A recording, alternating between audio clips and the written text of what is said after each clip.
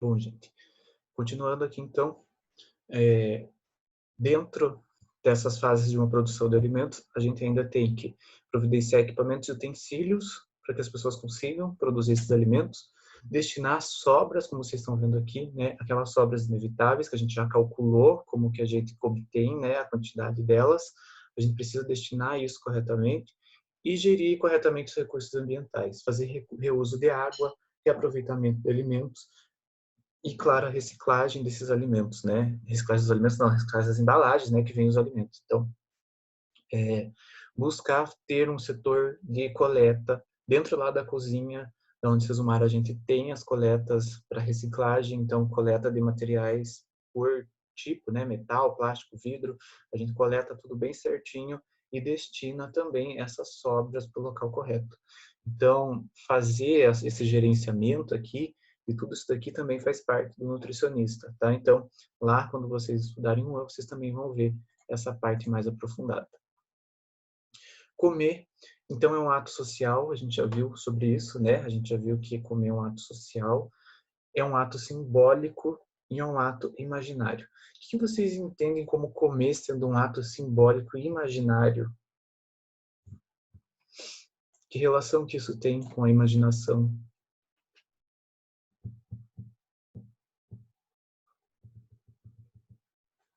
Ou o simbolismo de se alimentar?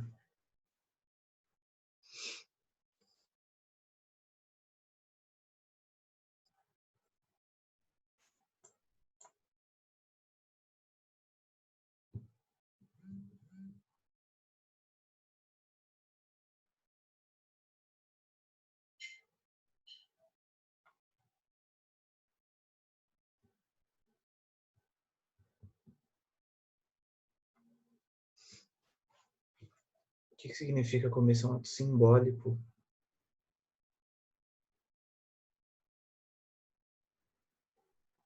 O que será que envolve um simbolismo na hora de comer? Ou imaginário na hora de comer? Um exemplo aqui do imaginário,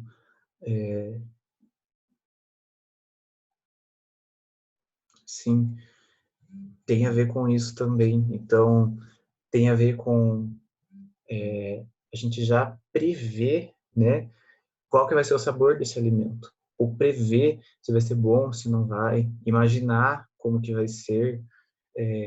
Quando a gente vai escolher, esse exemplo que eu ia dar, quando a gente vai escolher um produto, por exemplo, vou fazer uma festa de casamento e vou escolher o buffet. Você já imagina como que vai ser, qual que é o sabor daquilo tudo, tem todo um simbolismo com relação a isso, de alimentar as pessoas, os banquetes que eram feitos antigamente para a realeza, né? Por que a festa de casamento são do jeito que elas são hoje em dia, ou de formatura, que todo mundo se veste bem, trajes de gala e tal? Por quê? Porque tem todo esse simbolismo que vem de antes, daqueles grandes banquetes para celebrar vitórias e tal. Isso veio passando através dos anos que a gente chegou hoje nesse simbolismo que tem as festas. Então, uma festa de casamento, uma festa de 15 anos, uma festa de formatura, tudo tem esse simbolismo, né, em volta disso tudo. E geralmente a comida está envolvida ali no meio. Então, comer também é um ato simbólico. A gente tem muitas tradições em volta da alimentação, muito imaginário também em volta da alimentação, imaginar como que vai ser, né?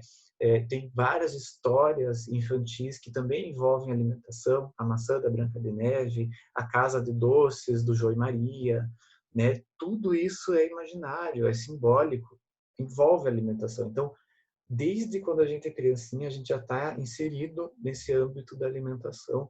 Isso influencia, né? Tudo que a gente vai fazer com relação a isso. O que significa mudar a alimentação, né?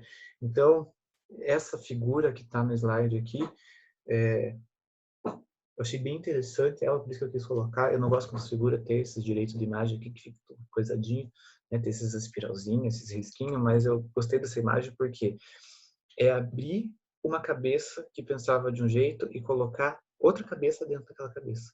É você inserir todo um pensamento novo, totalmente diferente, dentro de uma pessoa que pensava diferente daquilo, né?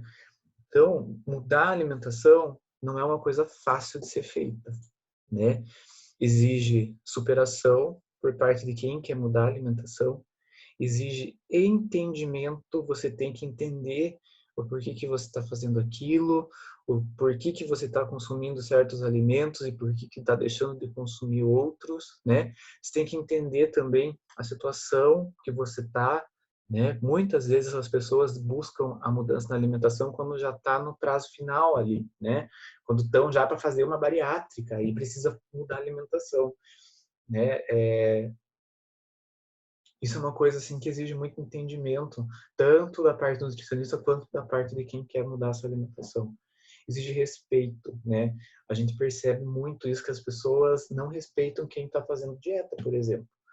Já vi muito acontecer da pessoa começar uma dieta e ter que levar um alimento para determinado lugar e as pessoas começarem a de chacota, a tirar sarro e tal, porque a pessoa está se alimentando diferente. Ou tá todo mundo comendo um negócio, a pessoa decidiu comer só uma salada e uma carne, não quer comer o arroz, o macarrão, a maionese. Quer só comer carne e salada. Aí começam, ai, porque é frescura, porque isso, porque aquilo, e aquela tiração de sarro. Muitas vezes pela pressão social ali, a pessoa ela acaba consumindo uma coisa que ela nem queria consumir. Ela estava firme já, focada, mas por conta da falta de respeito das outras pessoas, né, dizerem que é frescura muitas vezes, a pessoa acaba quebrando aquela rotina que ela já estava se inserindo. Quebrou uma vez, é muito difícil de novo você retomar tudo aquilo, né? Por isso que no domingo todo mundo fala que começa a dieta na segunda, né? Tem sempre essa história, ai, amanhã eu começo. Por que deixar para amanhã o que você pode fazer hoje? Sempre falo isso. Começa hoje. Não começa daqui 2 semanas. Ai, porque tem um casamento, eu depois do casamento. Não, começa agora, né? Agora é a hora. Então, acontece muito isso, essa falta de entender, de respeitar o indivíduo, né, o próximo. E as pessoas, elas vivem uma relação estranha com o alimento, né?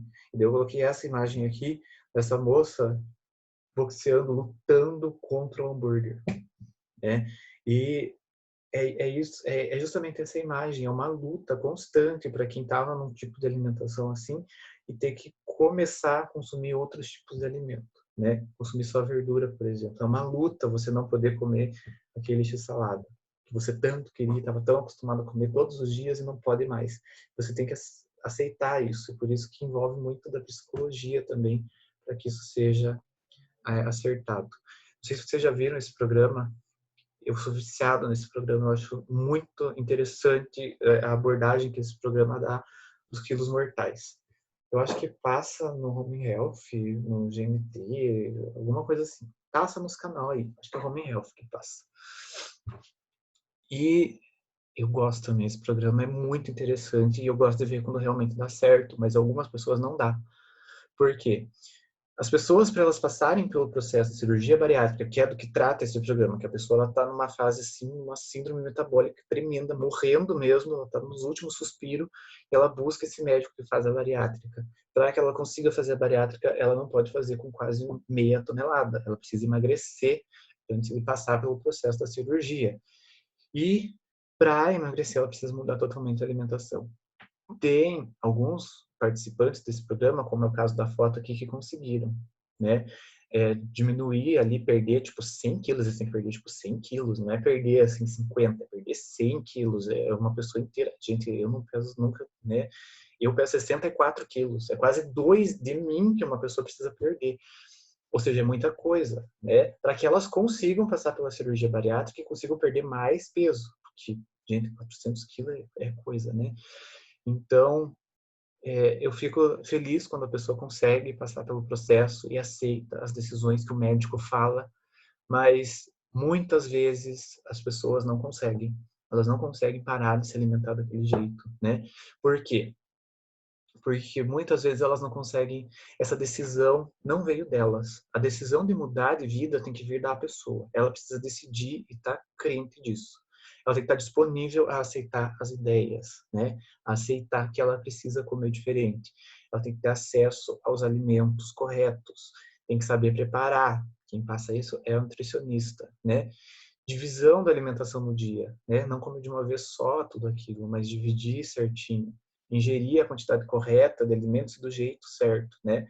A maior parte dessas pessoas, elas não conseguem nem se locomover mais, elas estão na cama, paradas, não conseguem se mexer, nem para ir no banheiro.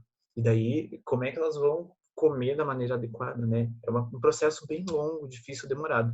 Tem participantes que levam 2 anos até conseguir emagrecer o suficiente para fazer a cirurgia. 2 anos para conseguir, né? É metade da faculdade de vocês. Pense nisso, né?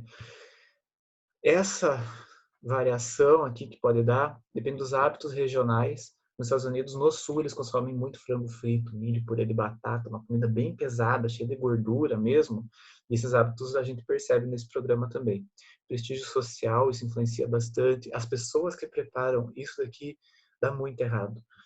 Teve uma que eu vi que não conseguiu passar pelo processo, por quê? Porque ela morava junto com uma mulher que fazia as comidas gordas para ela. Continuava fazendo hambúrguer, frango frito, comprando, e trazendo e levando tudo aquilo que ela não podia comer. Então isso importa muito, né, para a mudança da alimentação. Geralmente, quando uma pessoa decide, todo o núcleo familiar precisa seguir isso daí. Quem sofre de doença celíaca, intolerância à lactose, percebe isso. Não é uma pessoa só que tem que fazer, é a família toda, mesmo que a família não queira. Tem que se acostumar e é uma opção em conjunto. Então, quem prepara, vai ter que preparar a comida sem glúten, não só para aquela pessoa, mas para todo mundo. Porque todo mundo come junto, né? Então, isso daí influencia bastante. Quem prepara o alimento e o médico do programa chama dos facilitadores, que facilitam acesso à comida inadequada, né? Prestígio social influencia bastante, né? Aquelas pessoas que estão na mídia, que aparecem, atores, atrizes, sofrem uma pressão muito grande para estarem sempre naquele padrão estético que a sociedade impõe, né? Isso tudo muda a alimentação. Tem atrizes, por exemplo, a Jennifer Lopez, né? A J.Lo. Ela é louca, ela faz um monte de exercício, ela já tem, tipo, quase 50 anos e ela come umas coisas e toma uns produtos lá e 1000 tipos de vitamina para manter aquela estética. Eu falo assim, meu Deus, essa mulher vive para isso, ela só vive para isso, ela não tem outro tipo de vida, assim, tipo, e eu não entendo como ela aguenta essa pressão toda que tem para ela sempre estar com aquele corpo escultural, mesmo com 50 anos, porque é isso que as pessoas falam, é isso que sai nas revistas, né? E ela sempre, quando aparece em público, tem que estar daquele jeito. É uma coisa que ela se habituou a fazer, eu acho que ela está acostumada, mas tem muitas pessoas que não conseguiriam seguir o ritmo de vida que ela segue. E ela só consegue fazer isso porque ela tem o status social que ela tem. Ela é uma atriz, ela tem tempo de ficar fazendo essas coisas, né? Sinceramente. Uma pessoa normal, que tem uma vida comum, como nós temos, provavelmente não daria conta da rotina que ela tem, né? Que é fazer, tipo, exercício por várias horas no dia. Tem gente que cozinha para ela, ela come o que cozinha para ela do jeito que ela precisa, né? Quando a gente mora sozinho, trabalha, tem que fazer um monte de coisas, muitas vezes não dá tempo. Então, isso tudo varia também e muda, né? Como que a gente encara a alimentação. No brasileiro, a gente percebeu uma mudança da alimentação nos últimos anos, onde a primeira mudança é que reduziu o consumo de cereais e derivados, certo? Então, o brasileiro ele deixou um pouco nos últimos anos a consumir cereais e consumir feijão, raízes e tubérculos. Parou um pouco, deu uma diminuída no arroz e feijão e começou a consumir mais ovos, leite e derivados, geralmente produtos processados, né? Substituiu a banha-manteiga por alguns outros tipos de óleos e aumentou o consumo de carne, principalmente frango. Então, reduziu cereais e feijão, reduziu arroz e feijão e aumentou o consumo de carne, né? Foi essa mudança que foi vista nos últimos tempos, tá? Só para a gente se enquadrar e eu já vou explicar por que isso é importante. Quando o Ministério da Saúde desenvolveu o Guia Alimentar, era para justamente prevenir doenças crônicas não transmissíveis. Dentro dela estava alimentação e exercício físico e essa pirâmide ela foi desenvolvida com base na alimentação dos americanos. Vocês sabem que a alimentação dos americanos não tem nada a ver com a nossa, né? Eles comem coisas bem diferentes. Não tem o hábito de comer arroz, feijão, carne, verdura todo dia. A gente já tem esse hábito alimentar, mesmo tendo diminuído, a gente continua comendo. Mas eles não. É só porcaria mesmo, né? E o Brasil, na época que desenvolveu, lá em 99, foi a primeira pirâmide alimentar, adaptou dos Estados Unidos a pirâmide que era essa daqui, né? Essa pirâmide era baseada em 3 dietas de 1.600, 2.200 e 2.800 quilocalorias. Foram utilizadas medidas usuais de consumo e peso em gramas dos alimentos. E era assim, né? Tinha aqui os carboidratos na base, frutas e vegetais, leite, queijo e iogurte, carnes, e aqui do ladinho a gente tinha o feijão, soja e leguminosas. Lá em cima tinha óleos e gorduras e açúcares e doces, certo? Essa daqui seria a pirâmide ideal para o brasileiro em 1999, que foi o que o Ministério da Saúde lançou com base no que o brasileiro comia, né? Na verdade, com base no que o americano comia, eles adaptaram para o Brasil, porque, né, o americano faz, o Brasil copia, né? Então, deu um Ctrl+C, Ctrl+V lá, pegou a pirâmide do americano, deu uma mudadinha e colocou aqui para o brasileiro.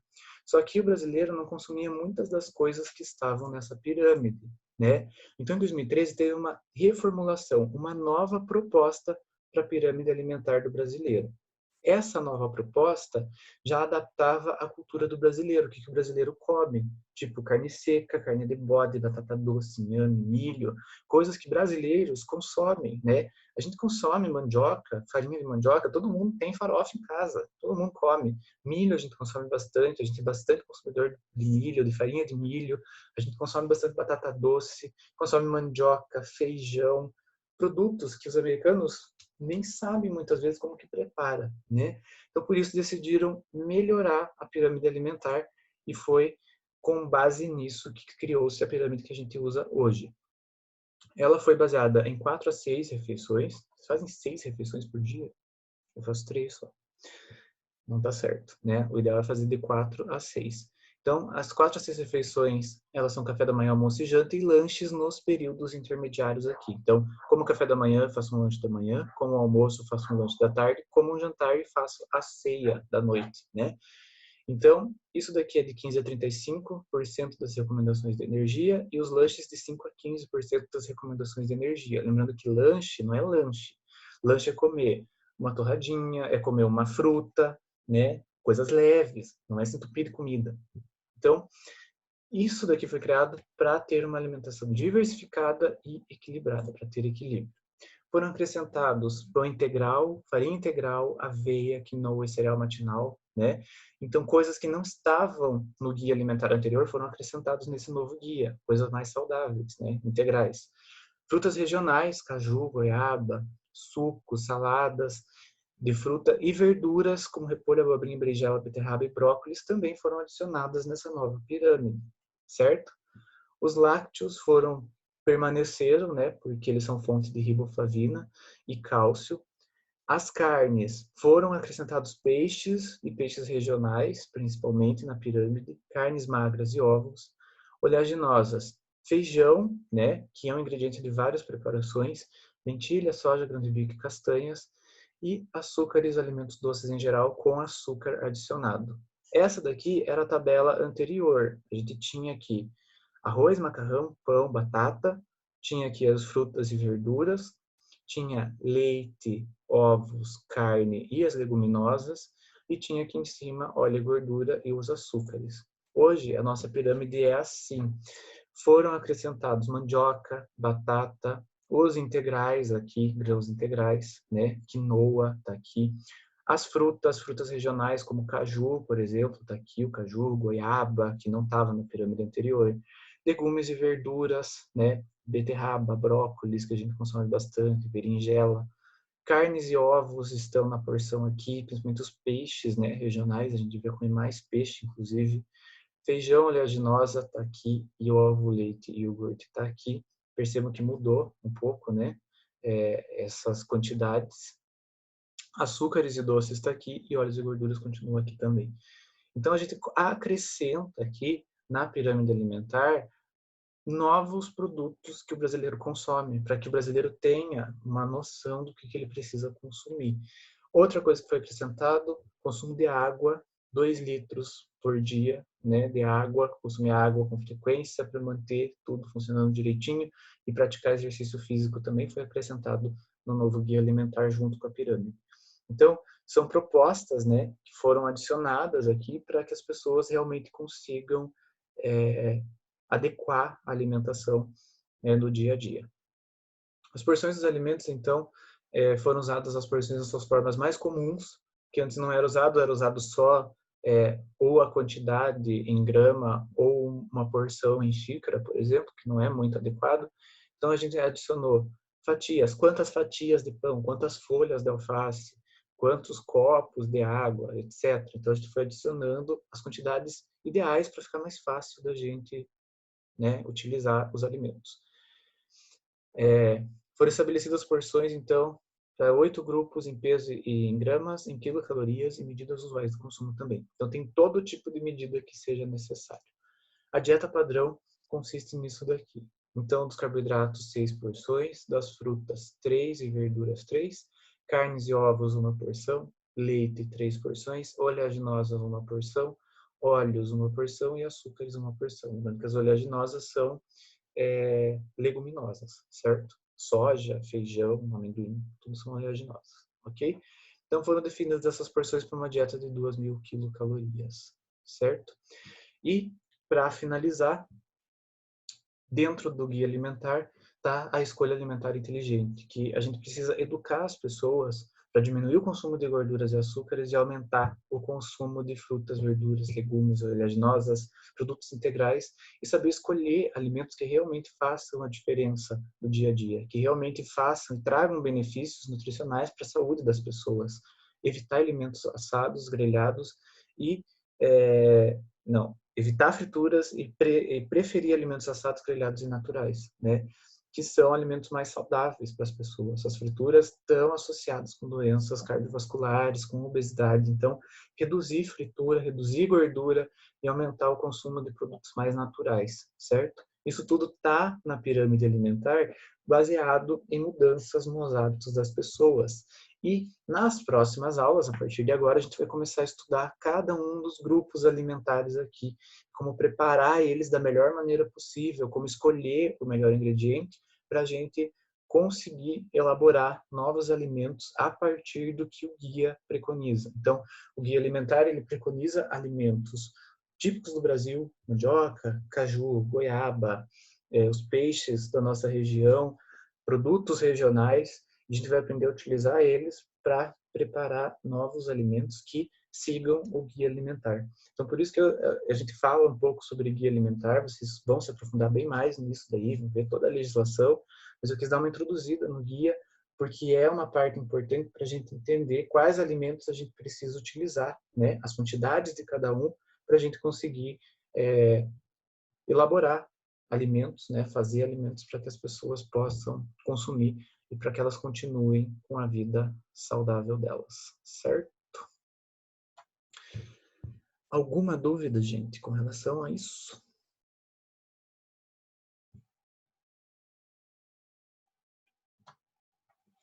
Alguma pergunta?